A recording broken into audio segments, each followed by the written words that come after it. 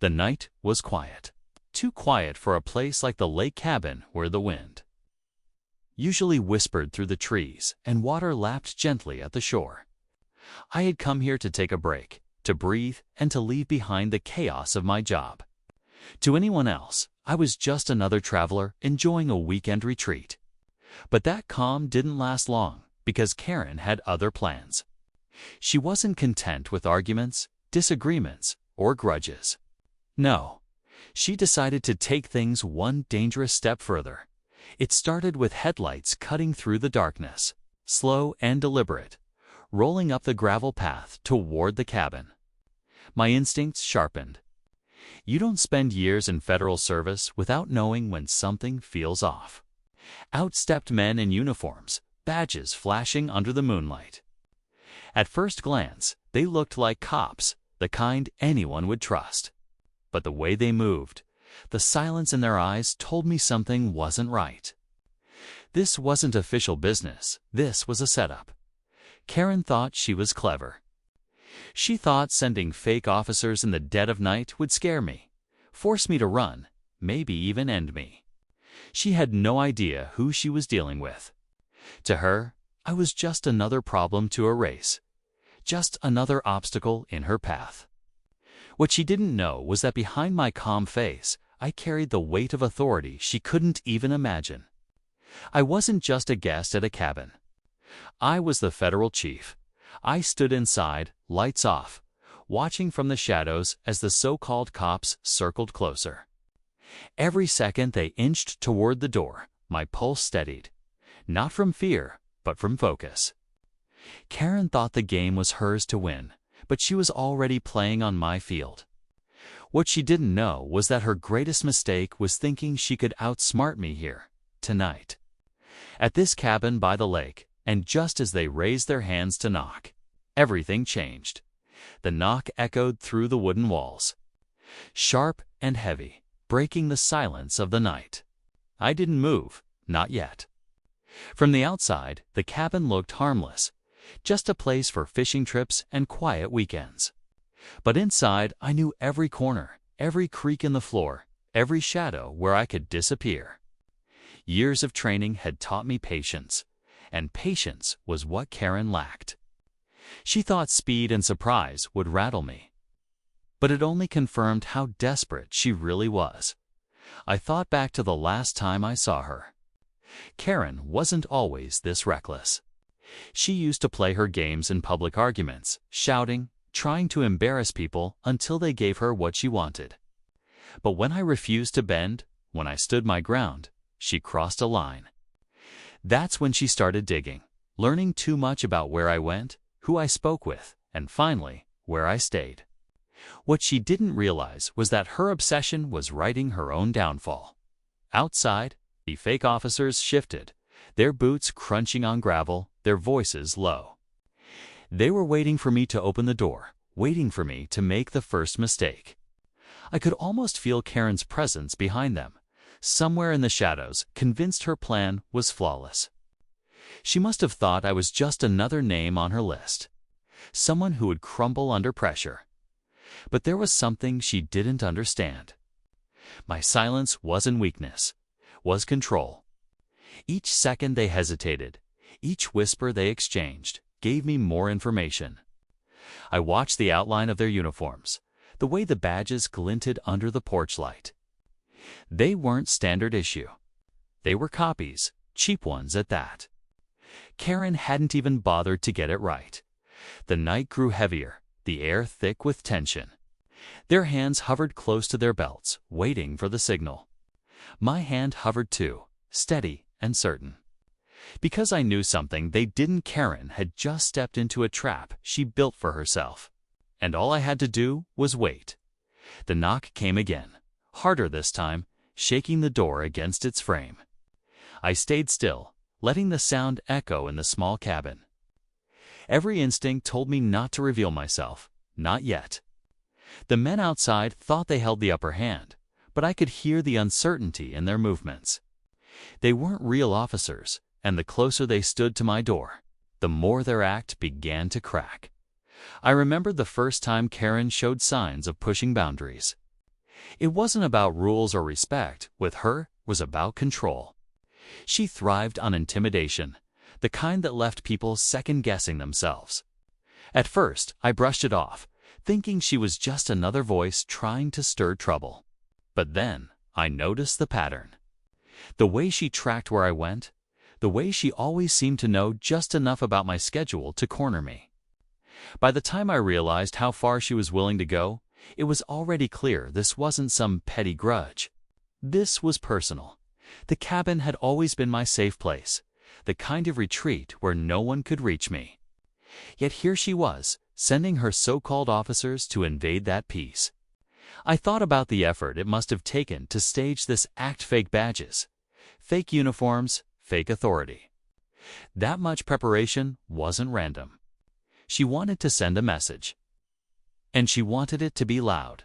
But here was the problem for Karen. She assumed I was just another civilian. Someone who would panic, fling the door open, and hand her victory. She didn't know the years of training behind my silence, the discipline that came with the job, or the fact that every detail she overlooked was already working against her outside. The footsteps spread apart, circling the cabin slowly, methodically. Their voices dropped to whispers, almost too faint to hear. They thought they were closing in. What they didn't know was that every step they took was drawing them deeper into a situation none of them were prepared to face. The air inside the cabin grew heavier with each passing second. I could hear the men outside moving closer, their boots crunching against the gravel and leaves, circling like predators who believed their prey was cornered. A shadow swept past the window, then another. They were testing me, waiting for me to flinch to give them a reason to storm in. Every creak of the wood, every whisper of wind against the glass, felt amplified in that moment. I kept my breathing slow, my mind locked on their movements. They thought they were hunting me, but the truth was, I was studying them. The way one dragged his feet, the way another gripped something too tight in his hand, told me everything I needed to know. These weren't disciplined professionals. They were nervous, restless, and waiting on a command they didn't fully understand. And that command could only come from Karen. Somewhere out there in the darkness, she was watching. I could almost picture her standing by the trees, her eyes fixed on the cabin, confident that she had finally cornered me. She believed this was the night her plan would end everything. But the arrogance in her plan was also her greatest weakness. She was so sure of her control that she had left cracks wide open. The fake officers shifted again, this time closer to the back of the cabin. A hand rattled the door handle, slow at first, then harder. My pulse steadied. They were about to make their move. Outside, one of them muttered something, and though I couldn't hear it clearly, I caught the edge of fear in his tone. Even they knew the danger of what they were walking into. The silence stretched until it was unbearable. Then, without warning, fists pounded the front door. Voices barked out, demanding I step outside. The walls trembled with the force. In that instant, I knew the standoff was seconds away from breaking. The night had been leading to this point. And now there was no turning back. The pounding on the door grew louder, shaking the cabin with each strike. But before they could force their way inside, something unexpected happened.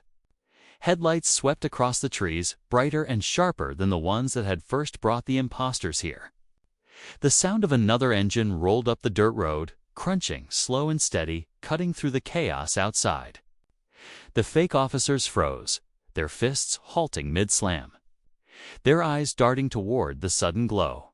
For a moment, I thought Karen had called in reinforcements, another layer of her twisted plan. But the way the men stiffened told me otherwise. They weren't expecting this. Their act had cracks before, but now it was breaking apart completely. Whoever was in that vehicle wasn't part of their game. And the tension shifted sharply in the night air. From the cabin window, I caught sight of the figures stepping out. More uniforms. More badges. But these ones looked real polished, clean, the kind that carried authority without needing to shout. My instincts flared. If they were genuine officers, the balance of power had just shifted in a way none of us had predicted. And if Karen hadn't planned for this, then her scheme was unraveling faster than she could control. The imposters exchanged quick, panicked glances, whispering in tones too urgent to fake.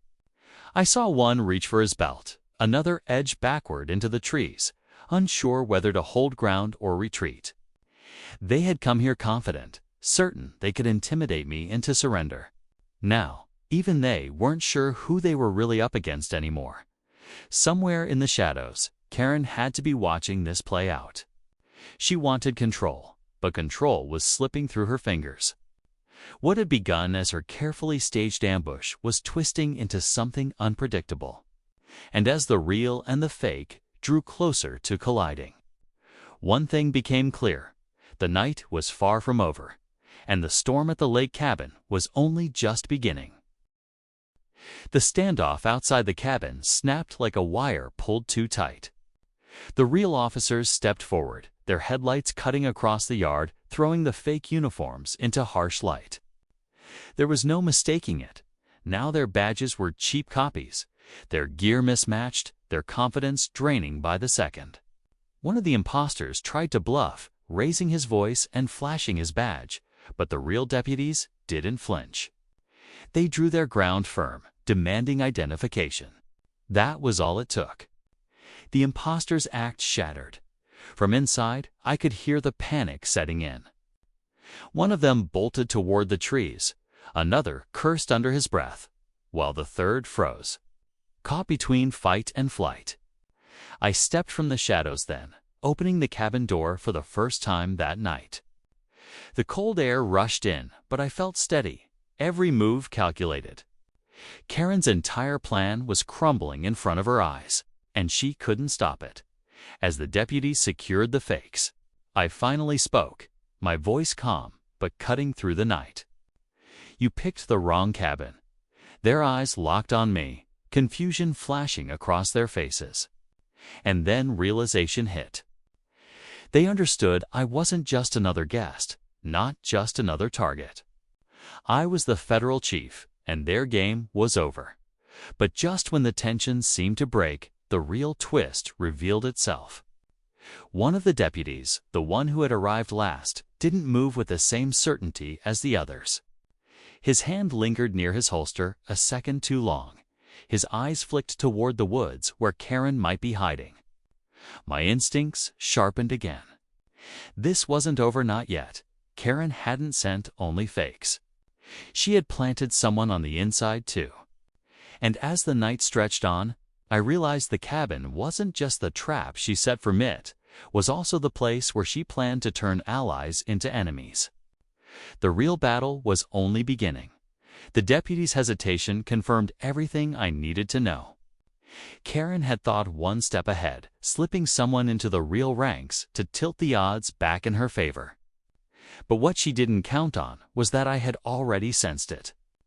I stepped forward, steady and deliberate, calling out his name and rank before he could act. The other deputies froze, their eyes snapping to him in shock. His cover was blown, and just like that, the last piece of her plan collapsed. The imposters were taken into custody, their fake uniforms stripped away under the harsh lights.